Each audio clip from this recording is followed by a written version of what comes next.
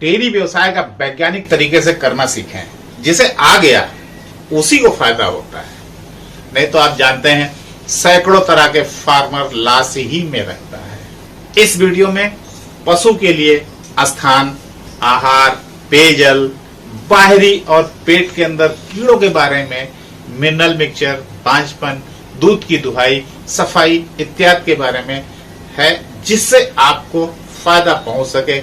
इसलिए वीडियो को पूरा जरूर देखना है। और अगर मेरी बात कुछ समझ में आए तो हमारे चैनल को भैया सब्सक्राइब कर लेना।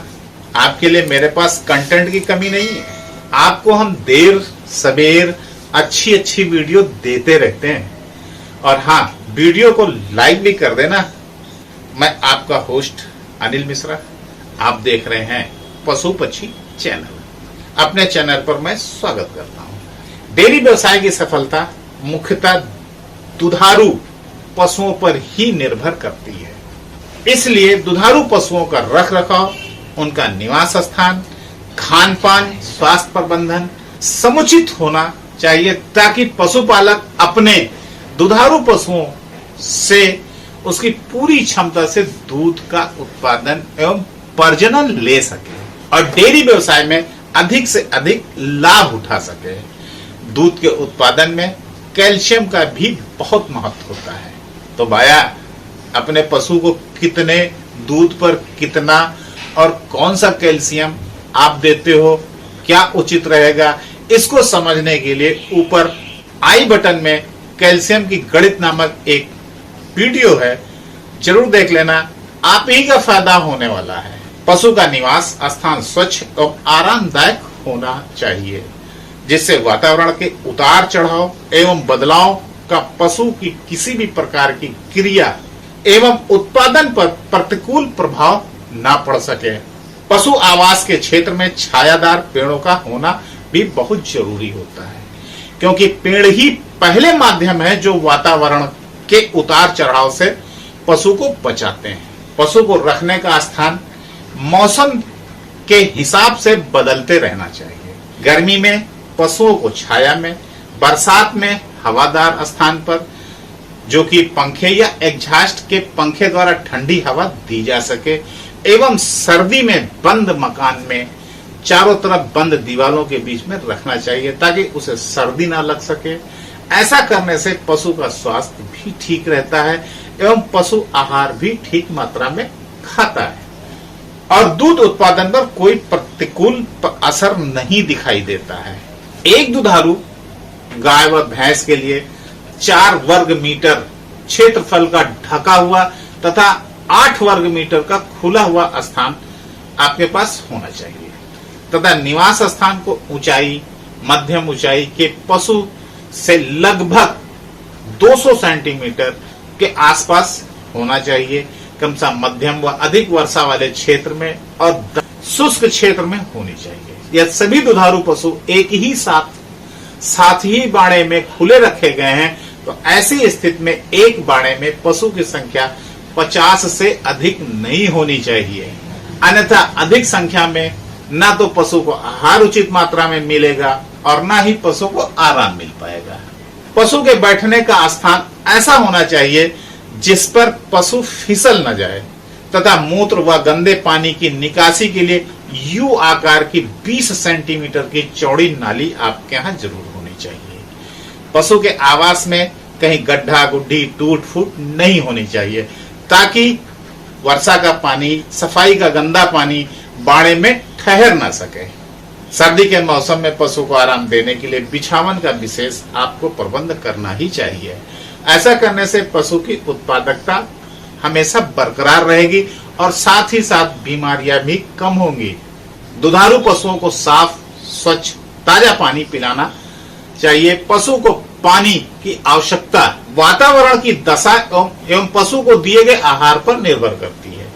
हरे चारे में पानी की मात्रा अधिक होने से पशु पानी कम पीते हैं, परंतु दुधारू पशुओं में गर्मियों में कम से कम 4 बार एवं सर्दियों में 2 बार ताजा पानी जरूर पिलाएं। दुधारू पशुओं के साथ उत्पादन का सीधा संबंध उसको दिए गए आहार से होता है, क्योंकि पशु को दिया गया आहार उसके पालन, दूध उत्पादन एवं गर्भाशय में पनप रहे बच्चे के काम में आता है।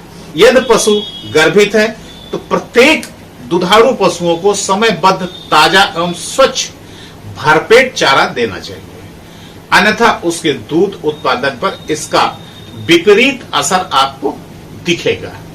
सूखे चारे एवं हरे चारों को मिलाकर ही देना चाहिए, विशेषकर जब बरसीम की पहली या दूसरी कटाई पशु आहार के लिए की गई हो। उस स्थिति में बरसीम के पौधे में प्रोटीन एवं पानी की मात्रा ज्यादा होती है और इनमें सेलुलोज की मात्रा कम रहती है।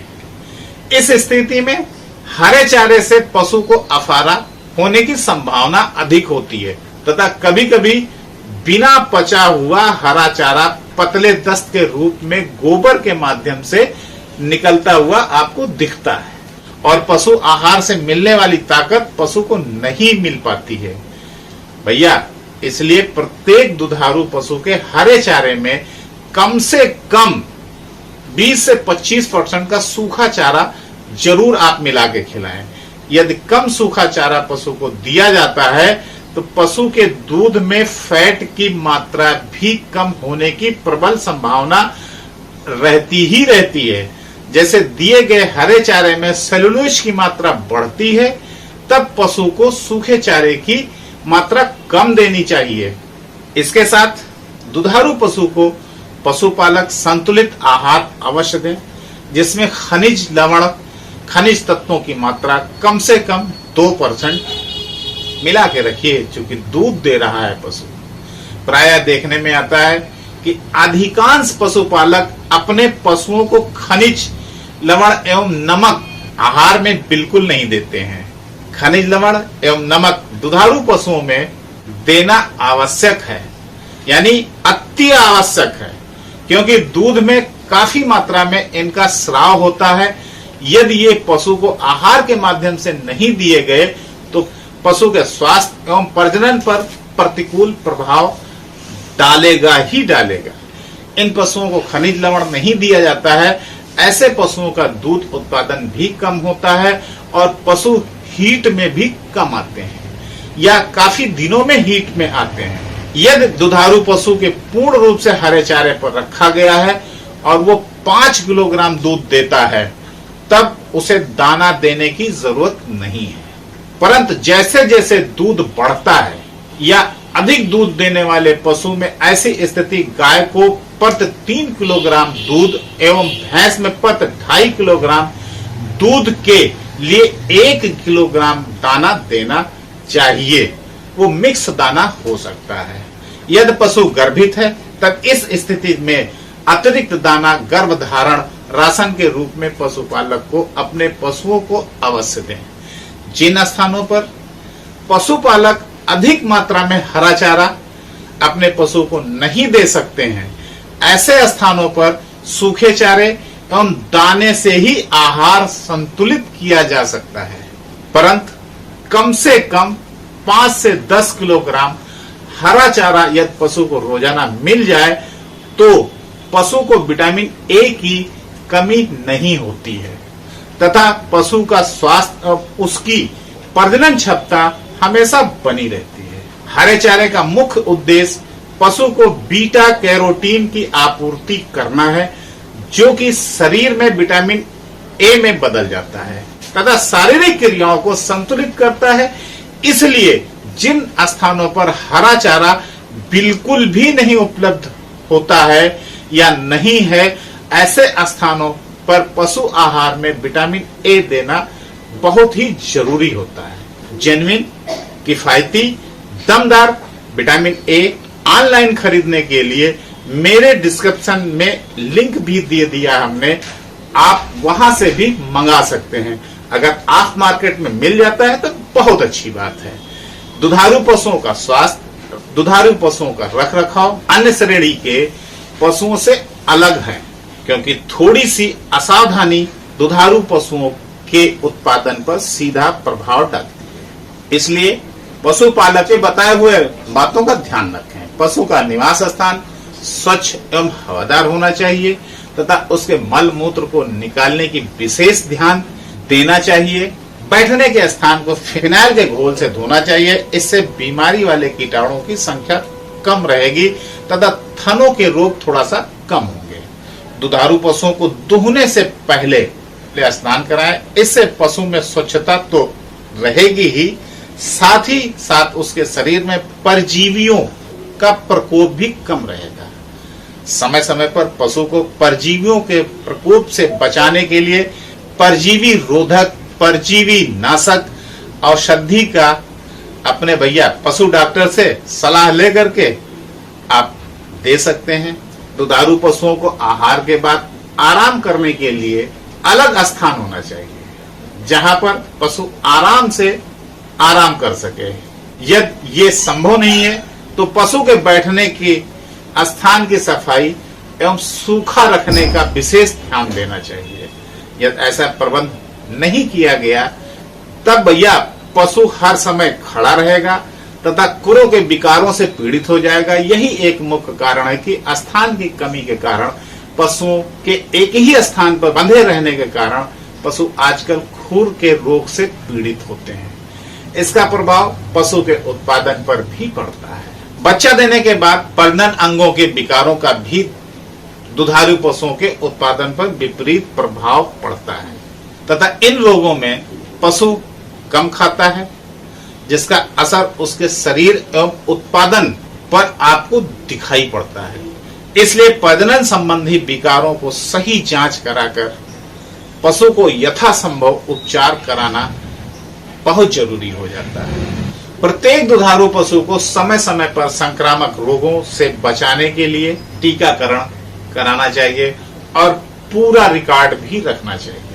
अक्सर लोग रिकॉर्ड नहीं रखते हैं, जिससे पशुपालक का केवल पशु ही नहीं बचेगा बल्कि इलाज में भी खर्च कम आएगा, रोग अन्य पशुओं में नहीं लगेगा तथा पशु पूरी क्षमता से आपको दूध देता रहेगा। दुधारू पशुओं में समय समय पर बाहरी एवं अंता यानी पेट के अंदर कीड़ों की रोकथाम के लिए इलाज के लिए आप उसको प्रयोगशाला में गोबर का भी परीक्षण करा सकते हैं, कराते भी रहना चाहिए। आवश्यकता अनुसार अपने पशु चिकित्सक की सलाह से दवाइयां देनी चाहिए, अन्यथा पशु को दी गई खुराक का कोई बहुत ज्यादा लाभ नहीं होता, क्योंकि डोज का कैलकुलेशन कभी अंडर डोज हो सकता है। दुधारू पशुओं के खुरों का विशेष ध्यान देना चाहिए, अन्यथा पशु खुरों के नए विकारों से पीड़ित हो जाता है तथा लंगड़ाता भी है। इन विकारों से पशु कम खाता है और कमजोर हो जाता है। मूल रूप से पशु के शरीर में नकारात्मक शक्ति संतुलन में उत्पन्न हो जाती है, जिसका असर उसके उत्पादन एवं प्रजनन दोनों पर पड़ता है। मैंने खुद पर एक वीडियो बना रखी, मेरे चैनल पर आप भाई साहब देख लीजिएगा। दुधारू पशुओं का समय समय पर संक्रामक रोगों के कारण रोगाणु का परीक्षण करके यथासंभव आप जरूर उसका ट्रीटमेंट कराएं। दूध दोहने के सही तरीके से दूध आपको दोहना चाहिए। इससे प्रत्येक गाय या भैंस के उत्पादन में 10 से 15% की आपकी दूध की बढ़ोतरी हो जाएगी। दूध उतारने वाले टीके यानी ऑक्सीटोसिन का भैया प्रयोग कदापि नहीं करना चाहिए, अन्यथा पशु को नुकसान हो सकता है। हार्मोनल डिसबैलेंस की वजह से बांझ भी हो सकता है। दुधारू पशु का एक भी मदचक खाली नहीं जाना चाहिए और कम से कम ब्याने के 60 से 90 दिन में दुधारू पशु को गर्भधारण कर ही लेना चाहिए। इससे पशुपालक को प्रतिवर्ष एक बच्चा मिलेगा और अपना मादा पशु मिलेगा तथा पशु से अपने जीवन काल में अधिक दूध मिलेगा। दुधारू पशुओं को अगले ब्यात की सुरक्षा और अधिक उत्पादन के लिए 2 से 3 महीने का शुष्क समय अर्थात ड्राई पीरियड अवश्य देना चाहिए, क्योंकि इस आहार से मिलने वाले शक्ति गर्भाशय में पलने वाले बच्चे की बढ़ोतरी एवं पशु के अगले ब्यात के लिए प्रयोग में होती है। दूध की क्षमता बनी रहती है, इसलिए ड्राई पीरियड जरूर रखना चाहिए। दूध दोहने से पहले एवं बाद में थनों को 1% पोटेशियम परमैंगनेट या 2% का आयोडोफर के घोल से जरूर धुलें, ताकि थनों में जीवाणुओं का प्रवेश रुक सके एवं स्वच्छ दूध का उत्पादन हो सके। ये खास करके जर्सी और फ्रीजन में जरूर करें। अगर ये वीडियो वैज्ञानिक तरीके से पशुपालन और व्यवसाय आपको पसंद आई है तो अपने मित्रों को जरूर शेयर करें। वीडियो का स्रोत डॉक्टर संजय कुमार मिश्रा जी हैं, उनके लेख को क्रेडिट जाता है। फिर मिलते हैं किसी अच्छी वीडियो के साथ, तब तक के लिए राम भजो।